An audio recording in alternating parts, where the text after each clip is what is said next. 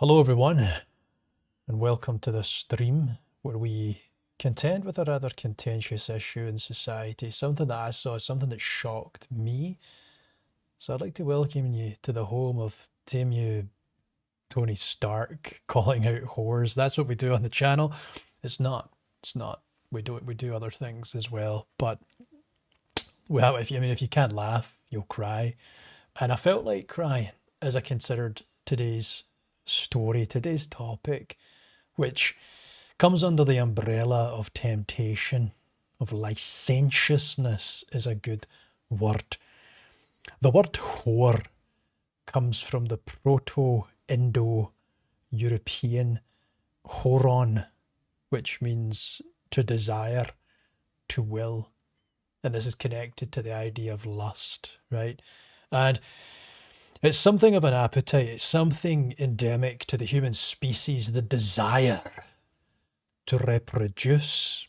The body is rewarded with a sense of orgasm, which is something that people seek to pursue recreationally. There was the big movement in the 60s, which confused love with being chauvinistic and hoorish. Okay, let's just say it like it is. And look, I mean, hey, there's a place for intimacy in life. There is. But I think as we delve into the details of this story, you're going to see that too much freedom in certain directions can lead to problems. Okay, it can lead to big problems. So let's have a little gander here at this window.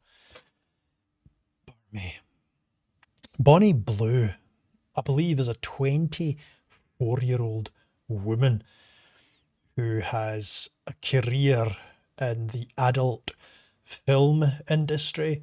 You know, I've got big problems with the name we call pornography, like the adult film industry. Is that adult? Is that what adults do in the film industry? I mean, I just think that's a very deceptive name for that. I think I would call that a misnomer. You know, it's not what I would consider adult. I find it quite an immature choice to make with your maturity, with your adult form. But here we can see Bonnie Blue decided to have sex with 1,000 men.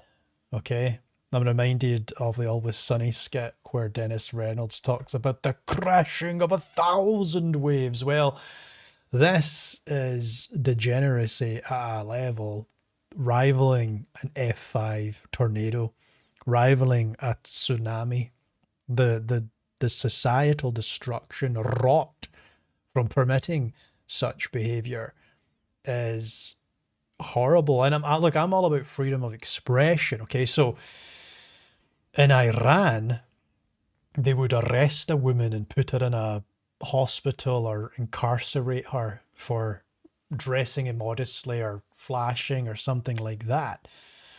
But in the West, in the United Kingdom, there's the permission, it's allowed, you are afforded the freedom to make this choice, which, you know, I question the wisdom of allowing 1,000 people to sleep with a woman. To me, that sounds almost like you're enabling a crime. Even if this woman thinks, hey, I allow this. This is something that I want to have happen. To me, it's you know, you're allowing something terrible to happen to this young woman. What if she has a change of heart? What if she gets to a point where she thinks, oh dear, and then the weight of, you know, the disgrace of that comes crashing down on her. I'm not here advocating for disgrace, right? And I don't want this to come across as a critique on Bonnie Blue herself, because something else occurred to me the other day, and I was watching. I'll show you the TikTok videos that were coming up on my screen. Oh, the TikTok videos! Let me tell you something about them dear TikTokingtons. You know, it's It's what all the kids are doing these days, right? So you got the Bonnie Blue situation. I don't know if that's playing music to you. I'll turn it down just in case it is, because I can't hear it. But I know that's my volume control. I'll turn that back up because you want to hear me. Yeah, you can see there's a bunch of videos here. There's Bonnie Blue. She's getting her art ready. You know, she's getting herself. There's a bus, the Bonnie Blue bang bus. You gotta respect the alliteration. The plosive B is very effective as a literary choice and device. So you can see the bang bus as a bucking bronco, right? We love what alliteration. And it's very, you know, it's very funny to her. She's wiping the sides of her mouth, and then a number of men are leaving the bang bus wearing their hoodie to hide their identity. Why would they choose to hide their identity? Because it's kind of shameful. And here she is driving through Central Town, and there's a man singing a song in the style of the Smiths. So this is a thing, this is a cultural thing that's happening in the United Kingdom right now. It's happening. And she's going to university campuses. In the United Kingdom, you can attend university at 16, 17 years old. And you'll do a 3-year course, right? A 3 or a 4 years course. If you're going for your honours, 5 years for a master's, you know, it can be 6 or 7 years for a PhD. So she's encountering young people, and she's inviting them to, you know, have sex with her. And I just feel that that's somewhat predatory and wrong. Now, some people will say, hey, look, isn't she great at marketing? You know, did she really sleep with 1,025 men in a 24-hour period? Did that actually happen? Or is that just a story that's being reported? Right? Is she actually sleeping with these teenagers at university campuses? Or is it just a marketing ploy and she's actually something of a business savvy entrepreneur? And I would suggest that regardless, the impact of those either true actions or false stories injures and smears the society, besmirches the character of the culture. You know, and it did seem to be happening. I did see it reported, and videos will come up and you'll see a line of men. And this is the thing that moved me to make this video. I couldn't find the specific TikTok video, but I saw the van, the Bonnie Blue Bang Bus van, and I saw a man jump out wearing a balaclava, and then another man jump in wearing a balaclava. And then I considered these long queues of men, and I thought to myself, how disgusting are men in this equation? What has happened to the quality of men? Now look, I've been a teenager, and I've you know, you had the Porky's franchise, right? Then you had the American Pie franchise, and there's these coming of age tales, and we go through our teenage years and we think, ooh, wouldn't that be exciting, the idea of having sex? Ah ha ha, a tee hee hee. But it gets to a point where you're like, you know what I mean? Like, it's an orgasm. And it's not a bad thing, but it should matter how you obtain it, right? If I'm standing in a queue and there are 100 men ahead of me and 100 men behind me, then it should dawn on me, I am a piece of it, right? I am not a good person. Why would I want to be part of this? Whatever this is. You know, if we walk into a room and she says, lol, obviously this is not really happening, as you saw in the contract, just have a can of cola and leave in 30 seconds. It doesn't matter what it was. And she's not saying, that's me being generous, right? the reporting that I'm seeing is that it did go down as actual intercourse. I just think that, it's bad for her, but it's bad for these boys as well, right? And I hope they're young men who made a stupid decision and not adults and not people in relationships. And it's just disgusting to me. It's disgusting to me. Like, I would scarce, I'm a little bit of a germaphobe, so I'm not the typical case. I would scarce share this with you. I might, if I saw you thirsty, I'd be like, oh, okay, you can have a drink out of this bottle. You know what I mean? I would not pass this around to 1,000 men and then continue to drink out of it. That's just not going to happen, right? Because there's a awareness of pathogens and germs and viruses and stuff. And it's like, I'm sure proper precaution was taken.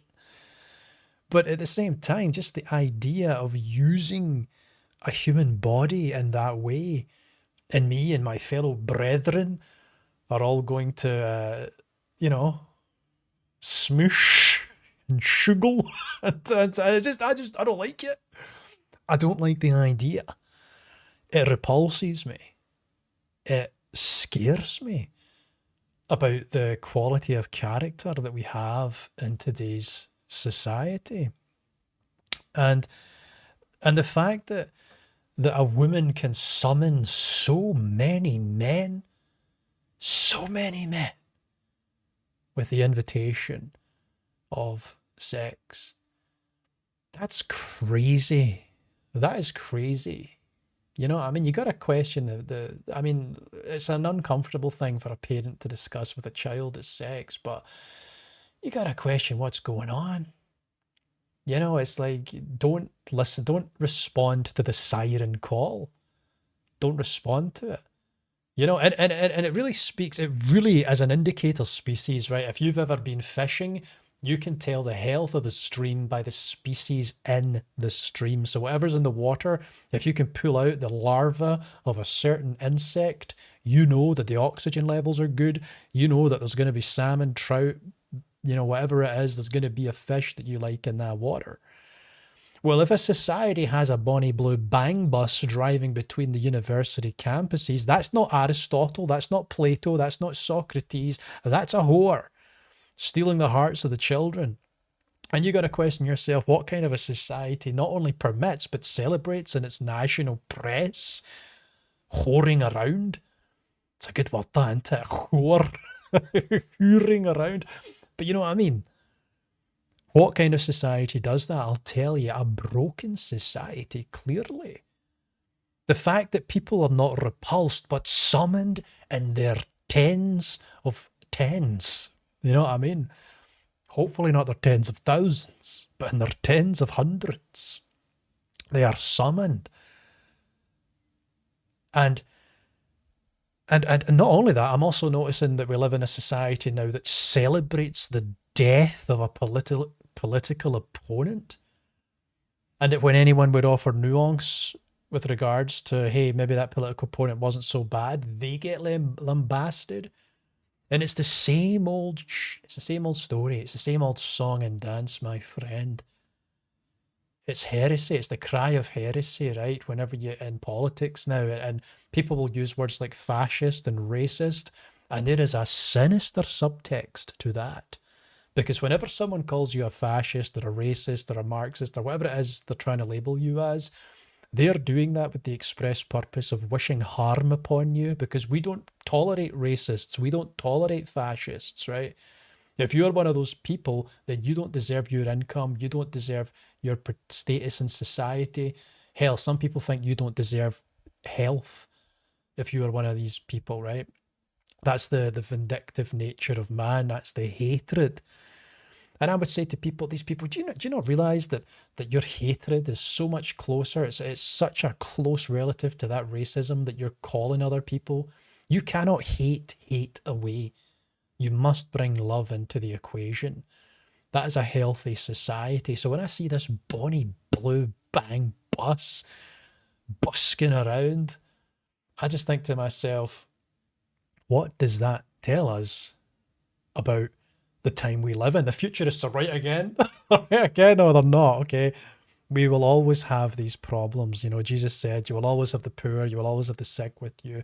And it's not just the sick of body, and it's not just the poor of body, but it's the sick and poor of soul and spirit.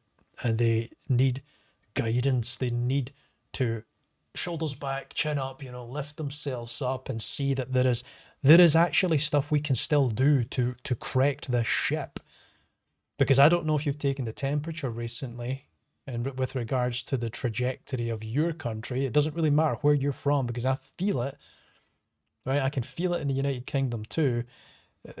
We are gonna be going through some stuff. You know what I mean? Talk about Great Depressions, talk about scarcity. You know, I just saw a report, not just the suspicious observers, people who look at the sun, but some people believe that it's not just this 11-year solar maximum minimum thing now, that it might be 20 or even 100 years and the sun's becoming incredibly more active, and possibly more active than we first believed it would be, and that perhaps we might get struck by this CME that takes out the grid. I'm not trying to alarm people. This is like a far off thing that could happen tomorrow, but like, it's, you know what I'm saying, right? The sun can do stuff. Nature can bring elements of surprise. So all I'm saying is the pieces are there for us to be tested, and tested quite harsh. And all I'm saying is we could be ready for all of this. We could see it all coming. If there is going to be a CME from the sun, a corona mass ejection, these charged particles and their currents that destroy electricity, we can see it coming. And we can, to some degree, insulate and power things down to preserve systems. That can happen. Satellites be gone, but we can pick that back up. And the same thing with the moral integrity of our societies, right? We don't have to decide, oh, the ship's going down, so everyone, let's have sex, let's eat and drink, for tomorrow we die. That is the message that the youth have. Because the young people of tomorrow grew up during a lockdown, grew up during the most politically divisive era in recent history. Kind of, right? People often exaggerate that, like there haven't been civil wars in the past and stuff, but you know what I'm saying? It's hardly amicable. All of our rivals are now deserving of death, apparently. So, yeah, you see people celebrating death like that. You see these, you know, Bonnie Blue bang buses. We have problems, right? That's what I'm saying. I'm going to get a new camera that can actually focus at the end of the month, because this one is just so bad. So I'd be curious to learn what you think about this situation with Bonnie Blue. Like, how should society respond to this? What should we be doing, right? Because, look, she gets, like, Charlie Kirk, who goes to college campuses and says, debate me on things, or the higher things, let's discuss the way we should roll out certain policies, blah, blah, blah. And he is despised. But Bonnie Blue goes around campuses and invites people into a bus, presumably to have sex with her. And that's okay. I mean, that's funny. That's quirky and that's cool. Obviously, there are people like myself who do respond to her like, what are we doing? And clearly there's an element of sexism here, because I don't believe it would be tolerated if a man was going around college campuses trying to have sex with young women, right? I think people would have a massive problem with that, more so than they are with the Bonnie Blue character. So that's where I feel with that. That's where my heart is on that one. It's controversial take. I don't think so. I think that's a pretty safe take. So guys, I'm going to leave it there at 20 minutes. I'm not happy about the Bonnie Blue situation. I hope for her sake that she resolves this herself, that she just has the presence of mind to think that this cannot be good for society, that this doesn't lead anywhere productive, right?